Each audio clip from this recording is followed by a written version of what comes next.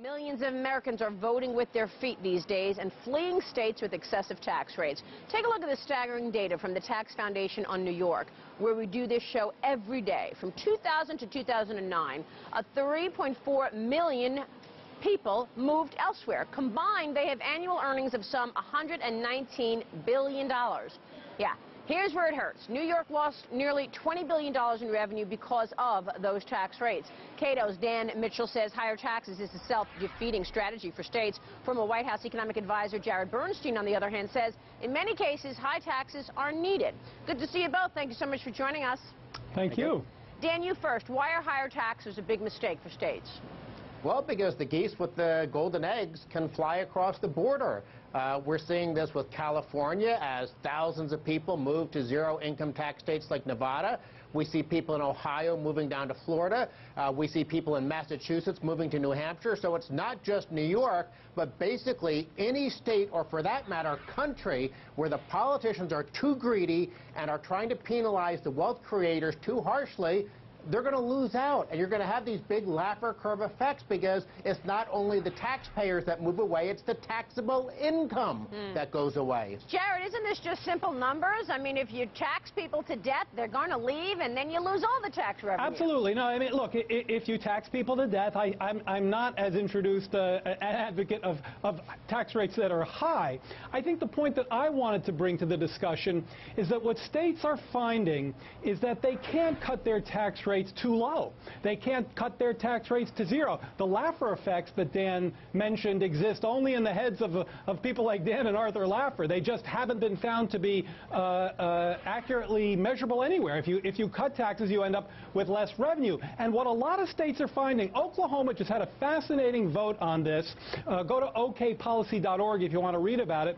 They were going to cut taxes. The business community, the Chamber of Commerce came in and said, we need infrastructure, we need schools, we need roads, we need sewers. You can't. Yeah, but I don't think anybody's arguing for zero tax rates. Oh, I don't know. You heard Dan cite Nevada. In fact, no tax states is exactly what they're what the Republicans were asking for in Kansas and Oklahoma. Well, I'm completely in favor of states getting rid of their income taxes. Bingo. Because if you look at the states like Texas, Wyoming, South Dakota, Tennessee, Florida that don't have state income taxes, right, they grow faster, they create more jobs, they have the infrastructure, they're getting better results. Where do you get the revenue for the services? You have taxes that are less destructive. Sales taxes, I don't like them, but they don't do as much damage per dollar raised as income taxes. Okay, so first Jared, of all, look, bottom line, we saw an exodus in New York. Look at the numbers. New York is seeing an exodus. Even California is taking a hit on tax revenue, down 22%. Isn't this just clear? People are saying enough is enough. Not necessarily just zero, but you can't tax the rich to death. They will leave. As I stipulate from the beginning, you cannot tax anybody, rich or anybody else, to death. But you can't go to zero on the income tax either, because you're going to end up undercutting your productive infrastructure. And by the way, I very much disagree with these points about how somehow high-tax states have had lower growth. The data actually show the contrary, whether you're looking at gross state product, unemployment, or median income. And by the way, the population trend that you're highlighting, that's a lot of people. A long-term trend of a lot of people moving to the Sun Belt. That has little to do with taxes.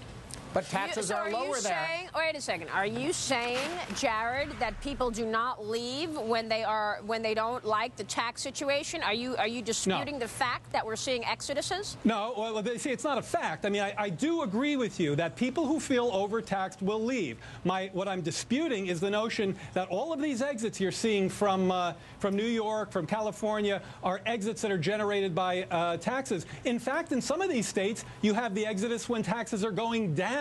So you simply can't isolate the tax effect. Where do you have an exodus when taxes are going down?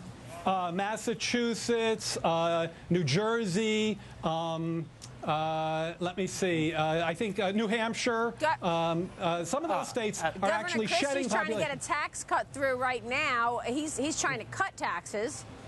Well, let me jump in. If Jared thinks that Massachusetts and New Jersey are example of low-tax states, that shows the gulf. But let me give you an international example that I think is great. The 6th biggest French city is London. because so many French have moved from the high taxes in France, and they're going to get worse with this crazy guy, Hollande, and they've moved to London, where I think taxes are too high, but they're at least better than France. Right. Well, you're talking about, what, 83% in France, right, for the highest earners? Well, he wants 75%. 75, but then there's an 8% tax on top of the 75 called the social conscious tax, so and it takes the tax rate up to 83%. So look, at the end of the day, I think there has to be a balancing act between taxes that are not, quote, too high to discourage people from coming and staying in your... I agree with you and Dan on that point. And taxes that are too low that lead you to undermine your education and your infrastructure. I'm telling you, out in Oklahoma, they very conspicuously decided not to go to a zero tax rate because they were worried about the impact on their infrastructure and their education. And I think they made the right choice. Final question here. Final question here for you both, real quick. If we see all the Bush tax cuts expire at year end, what do you think happens to the economy, Jared? I would worry that that would be quite damaging to what's already a fragile recovery. What do you think, Dan?